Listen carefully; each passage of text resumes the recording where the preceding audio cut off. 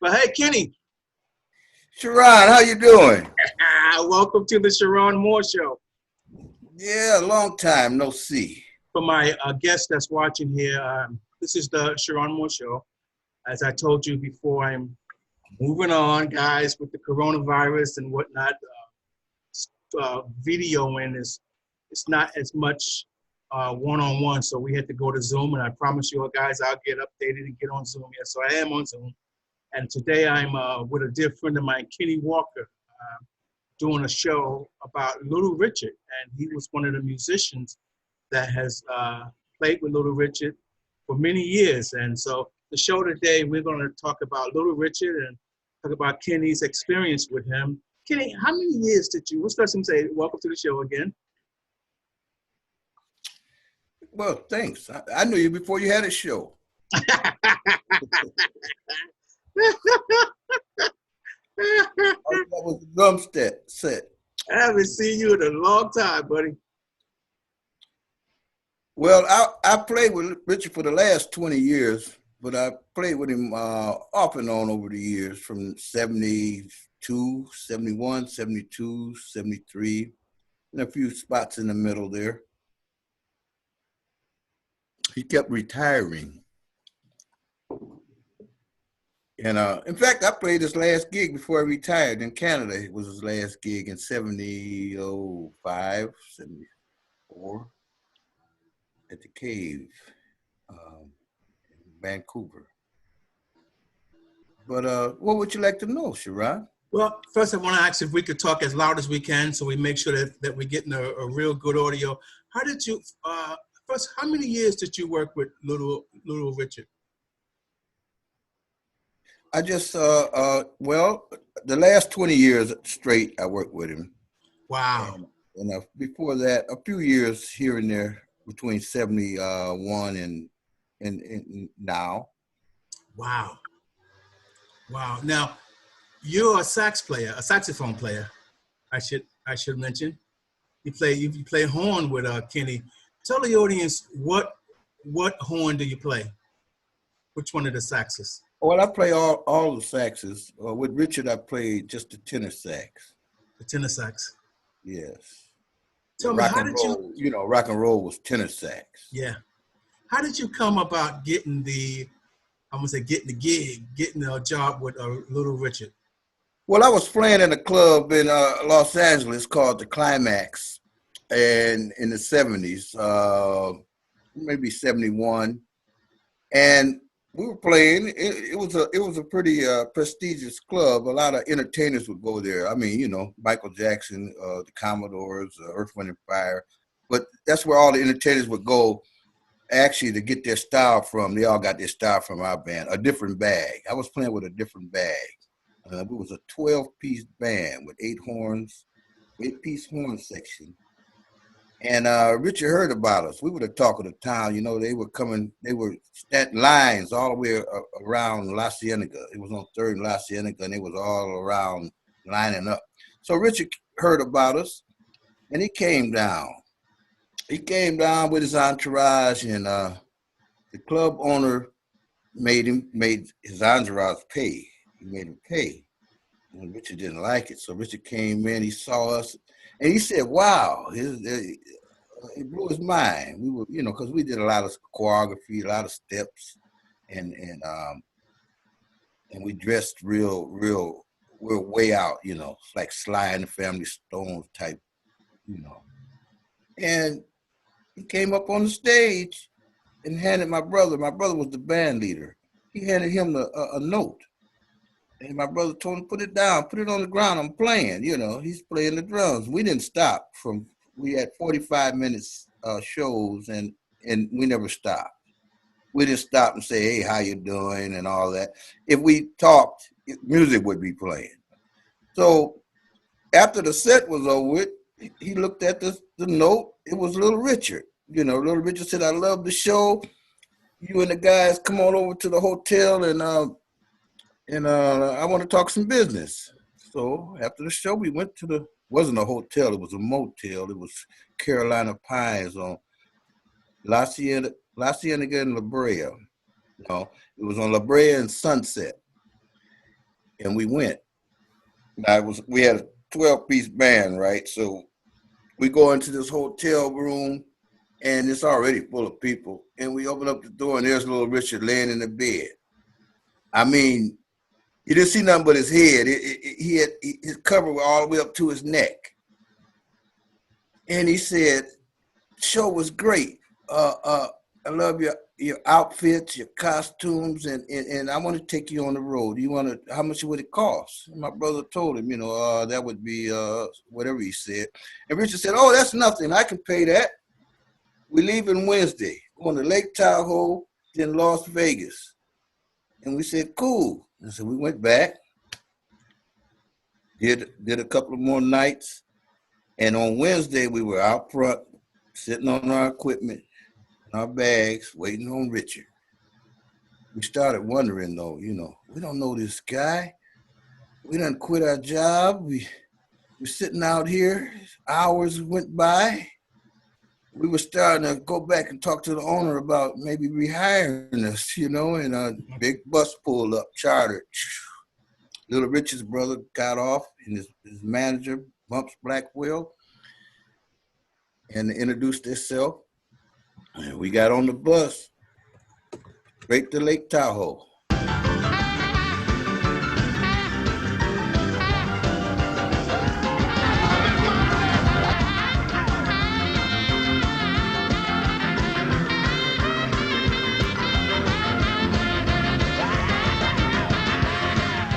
It's like working at that high energy. I mean, that was full throttle energy, wasn't it? Yeah, well, I was used to that. That was the band I was at. That was what we did. High energy. That's why he hired us. We were high energy, and he was on his rock and roll comeback, and he wanted some high energy, and he got it, And we played in the lounge the first time, the Hilton International in the lounge, but the energy was so high, they called him back to play in the main room. With Ann Margaret, and then he was on a roll after that. Richard started getting really, really good gigs, and we did it for a while, and then we went on our journey, and I came back and played with him, like I say, for the last 20 years, and that was a whole nother trip because I had played all over Asia. I had covered Asia pretty well. I'd never been to Europe. Started playing with Richard again, and man, we just did Europe, like it was going out of style. I mean, they love him in Europe. I mean, he is the king of rock and roll in Europe. Yeah, they might call Elvis the king here, but in Europe and the rest of the world, he's the king. Well, he really is the king, but they give him more credit over there. And so playing when it was a trip. I remember one time we were coming from somewhere, but we had to transfer our flight in Los Angeles, LAX. and we always flew Delta. And when we had a long layover, we were going somewhere else. We lived in LA. Me and Richard lived in LA. A few guys in the band lived in LA, but we were just laying over to go somewhere else.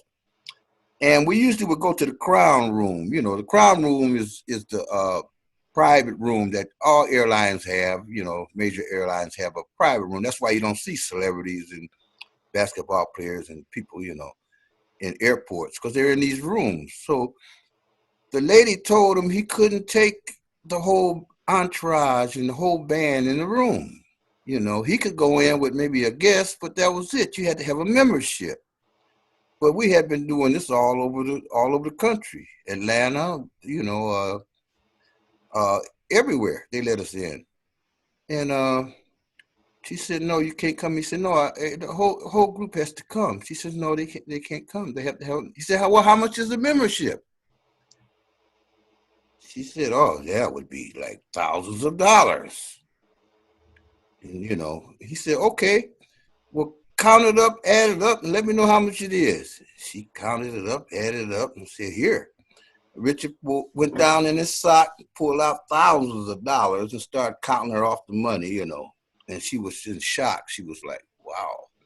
But that's the kind of guy Richard was. You know, he was a little pissed off because they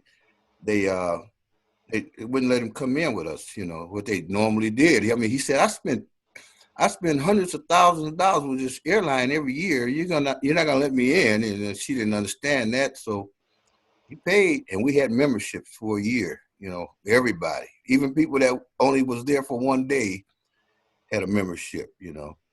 And you know, he would do things like that. It was exciting, you know, just playing and hanging out with him was a complete trip. Richard's the same. He's the same guy you see telling you to shut up. That's him privately. Privately, he's taught me to shut up many times. Shut up. I remember that. Yeah. Yeah. How did you deal with that? How did you deal with that scream night after night? Oh. Well, I wouldn't know when to solo if he didn't scream. That was Wow. my cue, you know. He screamed. For a minute there, I thought my name was Scream. And that was the way he called cues, huh? He would. Yeah, that was my cue. Wow! Sometimes he called my name, you know. But otherwise, I was Scream, you know.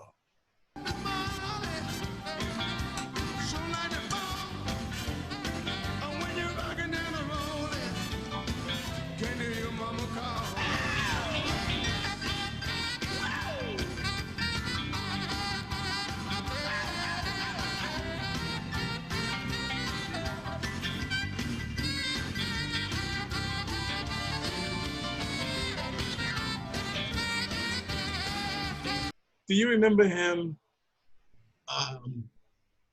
Did he ever talk about how they don't give him the credit and he's the architect and so forth? Did he ever talk about that? He used to talk about it in the early days more than later. He didn't talk about it as much because Richard didn't care. He gave his own self credit, you know. You know, he would just tell you, "I'm the architect of rock and roll." You know, before me, he called it rhythm and blues. He said somebody named it rock and roll, but as far as he's concerned, he was just continuing on with rhythm and blues. You know, if you think about it, everything is rhythm and blues. It's just an extension of rhythm and blues. You know, but rock and roll, Alan Freed coined it rock and roll, but that was just marketing. That was just to, you know, make more money and have a category for it, you know. But yeah, but when it comes to the old fashioned uh, standard straight ahead rock and roll, that's what Richard brought. I mean, Chuck Berry brought rockabilly, you know. Elvis was more pop than he was rock. You know, he was competing with Michael Jackson, not Little Richard. You know, Little Richard was rock and roll. You know, that was old time rock and roll. That's what Richard brought, and that's what they're playing today. When you say rock and roll, that's what they're playing. You know, People compared him, and I'm guessing because it's just things you hear. Was he as strict like James Brown was? Because he's from that era. Was he anything like that? He was a little bit like that, but nothing compared to James Brown. I don't think I would have been with James Brown but a week, maybe one day. Yeah, we used to do gigs with James Brown, and we go to the sound check, and we had to wait for James Brown to finish his sound check before we did our sound check. And man, he worked his band. He didn't do a sound check. He did a rehearsal. Sure. Yeah, after every gig they did at sound check, they would do a straight out rehearsal, and I mean, it was things that they were changing didn't even matter. You know, instead of going bum bum bum bum bum, they would go bum bum bum bum bum, and then they had to work on that for an hour, and then Richard. Richard would even towards the end, the last few years, Richard didn't even come to the sound check. You know, we just go to the sound check, get everything right, and play. And we never rehearsed. You know, once we learned the song, that was it. We didn't have to rehearse it anymore. You know, so we played. He didn't bother us. Now, if you messed up or you played something extra you wasn't supposed to play, yeah, he turned into James Brown. But he was easy to work with musically, you know. He knew what he was doing, and everybody in the band knew what they was doing, and he only had people who knew what they were doing. So he was nothing like James Brown in that respect, you know. He had certain things like James Brown, you don't do this and you don't do that. You knew what you wasn't supposed to do, you know. He had on a white suit. You can't come out there with a white suit on, you know. His thing was more on stage. I'm the star. We was in Chicago one time. That's back in the day in the 70s. And the band I was with, a different bag. We were clean. We were sharp. We wore capes, moccasins, tights, and hats. And the audience was looking at us a little bit too much. You know, Richard was playing and singing and doing his thing, and he looked around and the audience, and they was looking at the band, and he stopped the song. He said, "Stop the song. Black out the stage. Black out the stage. Put the spotlight on me. Now put the spotlight." Now make it tight. Make it tight. He had the spotlight on. You couldn't see nothing but Richard. And he was shining. You know, he had his mirrors and stuff on his suit. He was just sparkling and shining. He said, "Okay, I'm the star. You know, I brought them here. They wouldn't have been here without me." And then he just go into his song. We did the whole show like that in the dark, you know. Oh man. Yeah, he let you know he's the star. Yeah, but he wasn't like James Brown wasn't personal with his members. Bobby Bird was his buddy, and you know, maybe a couple of people. Even Mazio, the guy making all his songs funky, he wasn't close with him, you know, as far as I could see, you know, just not close, like family. Like Richard was like family with his musicians and his friends and stuff. You know, he was like, my kids call him Uncle Richard, you know. Wow. And he was like that. He knew everybody's family. He knew them.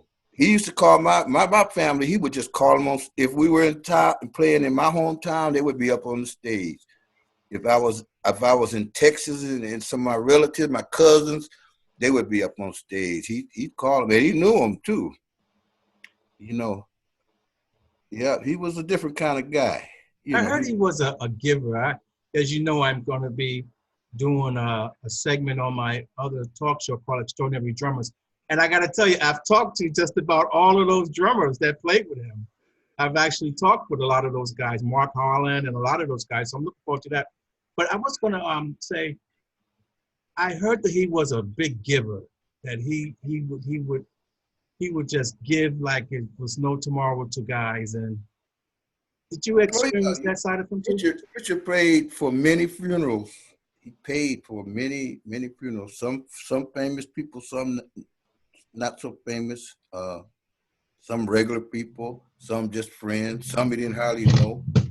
Yeah, he was he was pretty hard with his money, you know, he didn't give you too many bonuses on your check though, but other than that, you know. He carried out a large band though. Was it possible to make money with it? I mean, that's personal, but what he had, like a 20-piece band up there? Man, Richard got paid. He could afford. That was just on stage. You should have seen the people we had back in the green room. Sure. Yeah, you know, he made enough money to pay you. Yeah, it was a good paying gig. Yeah, you want to get personal? Yes. Yes, it was very good. Whoa, Kitty. You know, before I let It you go, wasn't we're coming up. circuit money, you know. Wow. We're coming up on our allotted time here. I want to ask you about his passing. Where were you when you heard about it, and what are your thoughts? Well, I was laying in my bed at 1:30 in the morning. What was it? Saturday? Last Saturday. Was it May 9th? And I got a sharp pain in my calf. Sure. You know, and I jumped up out of bed and I had to walk it off. It was like a cramp, I guess. And I rolled it out. I came downstairs and I fooled around for about 30 minutes. And then I went back to bed, and then I got a phone call. Richard had passed. And I was in my bed. He passed about the time I got that cramp. And then so yeah, I was at home. I live in Milwaukee, Wisconsin right now. Yeah. It's been exactly a week now. What are your, as I let you go here, what are your thoughts on his passing? What are you going to remember? What are your thoughts going forth about your friend? Well, I you know, just my thoughts, you know, just like a piece. Every time a good friend like that passes, it's like a piece of you pass, you know. It just feels, you know, something's missing, something's gone. And I was prepared. I knew about his illness and everything for a while. I went down to see him about a month ago. So, you know, everything, I feel okay. You know, just hate to see him go. My thoughts, I got so many memories with Richard. There is no thought, you know, just that he was my friend. I was his friend. And that's about it. Let me tell you, thank you, my friend, for being on the Cheron Moore Show. And I'm going to call you afterwards. We're going to talk more after this. But I want to say thank you so much for being on the show. And thank you for your contribution that you made for us through Little Richard. You're welcome. Will you help me tell the audience goodbye? Give them a good wave. Oh, shut up. Thank you so much for joining us here on the Cheron Moore Show. As I said, right. the show is about Little Richard, and I'm joined with my guest today, Kenny Walker, my dear friend. I will tell you some stories about Kenny one day, a dear friend, many years, who was one of the musicians in his band. Is it tenor sax, Kenny? It's tenor sax player. How many years now? 20-something years? Since when? A long time ago, he's been playing for Richard. And I just want to say thanks again. We'll see you on the Cheron Moore Show. Bye-bye. All right, then, Cheron. Goodbye. Bye-bye. See you, my friend.